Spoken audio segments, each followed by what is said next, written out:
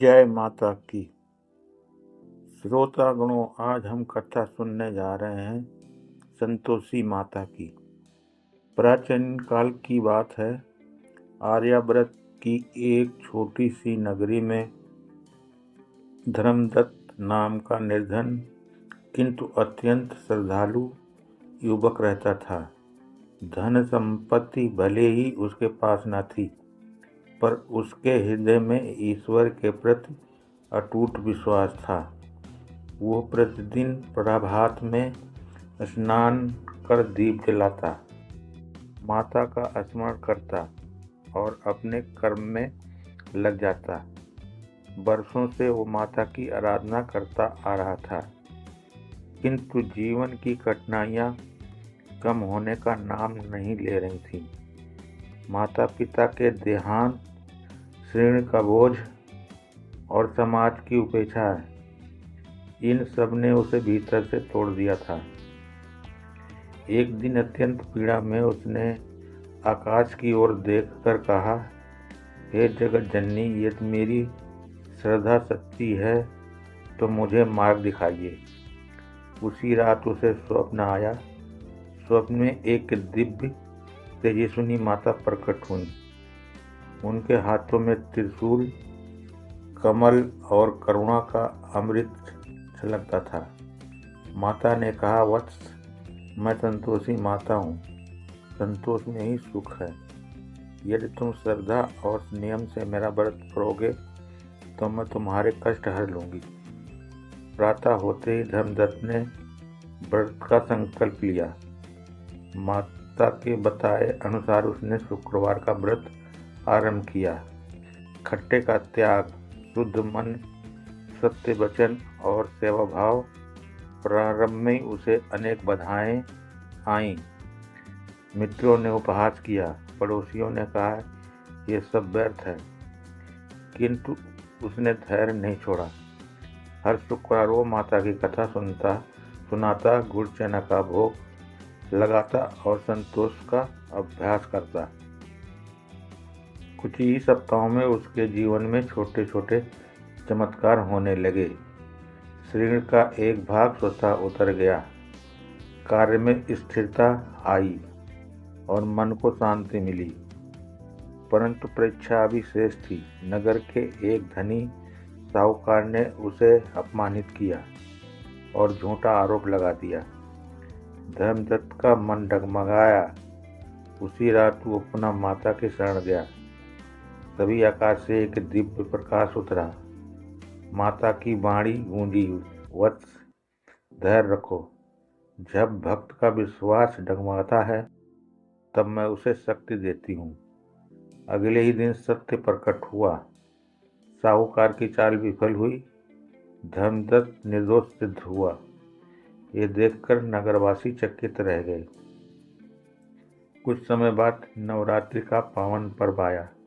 धर्मदत्त ने सुना कि इन दिनों अम्बे माता की आराधना से विशेष शक्ति प्राप्त होती है। उसने संतोषी माता से अनुमति मांगी। स्वप्न में माता ने कहा, वत्स, अम्बे मेरी शक्ति का विराट स्वरूप है। उनकी आराधना से तुम्हारा संकल्प दृढ़ होगा। धर्मदत्त ने नवरात्रि में अम्बे माता की पूजा आरंभ की। जैसे जैसे भक्ति बढ़ी, उसके भीतर साहस, करुणा और विवेक का जागरण हुआ।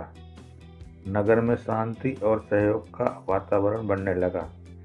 लोग समझने लगे कि सच्ची भक्ति केवल मांगना नहीं, बल्कि स्वयं को सुधारना है।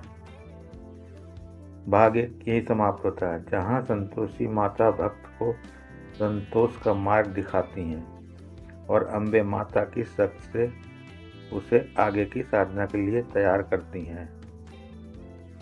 नवरात्रि के मध्य में धर्मदत्त की साधना और भी गहरा गई। वो प्रातःकाल अम्बे माता के 9 स्वरूपों को ध्यान करता। शैलपुत्री से सिद्धिदात्री तक प्रत्येक दिन उसे एक नया गुण सीखने को मिलता है। धैर्य, साहस, क्षमा, सेवा और सत्य। किंतु सत्य के साथ परीक्षा भी आती है। नगर में एक भयानक महामारी फैलने लगी। लोग भयभीत थे, उनके परिवारों पर दुख का पहाड़ टूट पड़ा। धर्मदत्त का मन विचलित हुआ, पर उसने माता की शरण नहीं छोड़ी। उसने सेवा का व्रत लिया, रोगियों को जल, अन्न और औषधि पहुंचाने लगा। लोग पूछते, तुम्हें भय नहीं है? वो उत्तर देता, अम्बे माता की शक्ति मेरे साथ है। एक रात्रि जब वो थक कर विश्राम कर रहा था, उसे दर्शन हुए। अम्बे माता सिंह पर विराजमान थीं। तेज से दिक्पाल प्रकाशित हो उठे। माता ने कहा, वत्स, शक्ति का सही उपयोग सेवा में है। जो दूसरों का दुख हरता है वो मेरा प्रिय है। उसी क्षण धर्मदत्त के मन में भय का अंधकार मिट गया। अगले दिन उसने नगर में स्वच्छता और सेवा का अभियान चलाया। आश्चर्यजनक रूप से महामारी का प्रभाव कम होने लगा। लोग माता की महिमा का गुणगान करने लगे।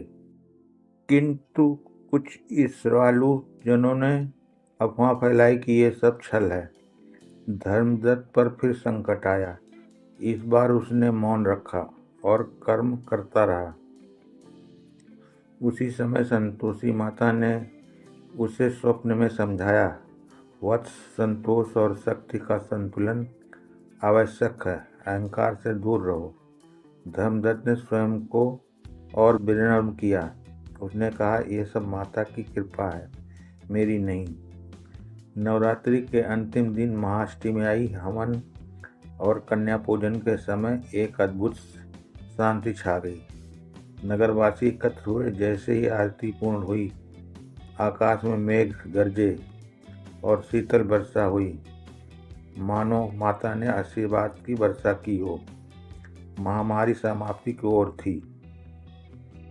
जहाँ अम्बे माता की शक्ति सेवा में रूपांतरित होती हैं और संतोषी माता भक्त को विनम्रता का पाठ पढ़ाती हैं। समय बीतने के साथ धर्मदत्त का जीवन पूर्णतः बदल गया। वो अब केवल एक व्यक्ति नहीं बल्कि प्रेरणा बन चुका था। नगर में संतोषी माता और अम्बे माता का संयुक्त उत्सव मनाया जाने लगा। लोग समझने लगे कि संतोष बिना शक्ति के अधूरा है और शक्ति बिना संतोष के विनाशकारी। एक दिन दूरस्थ प्रदेश से एक दुखी स्त्री अपने बच्चों के साथ आई। उसने अपनी व्यथा सुनाई, अन्याय, दरिद्रता और अपमान। धर्मदत्त ने उसे आश्रय दिया और माता की कथा सुनाई। उसने कहा, माता की कृपा सब पर समान है, बस विश्वास चाहिए। उस रात सामूहिक प्रार्थना हुई। संतोषी माता का व्रत और अम्बे माता का आराधना एक साथ की गई। अगली सुबह उस स्त्री के जीवन में आशा की किरण जगी। उसे कार्य मिला, बच्चों के लिए शिक्षा का मार्ग खुला। यह देखकर लोगों का विश्वास और गहरा हुआ। धर्मदत्त ने एक नियम बनाया। वो हर शुक्रवार संतोषी माता की कथा और नवरात्रि में अम्बे माता की सेवा। उसने सिखाया कि खट्टे का त्याग केवल भोजन का नहीं बल्कि कटु वचन और कटु विचार का भी होना चाहिए।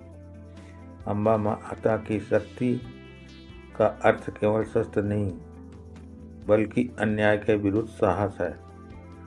अंततः एक दिन धर्मदत्त को दिव्य अनुभूति हुई। दोनों माताएं एक साथ प्रकट हुईं।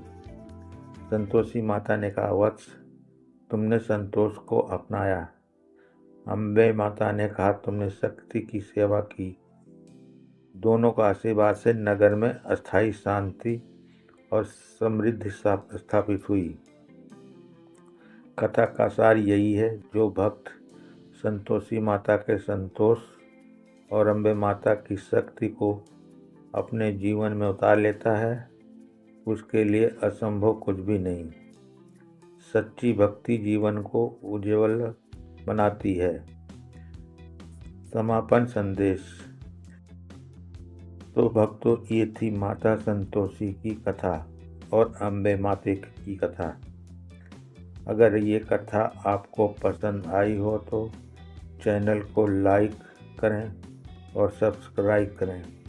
ऐसे ही और कथा सुनने के लिए हमारे चैनल पर बने रहें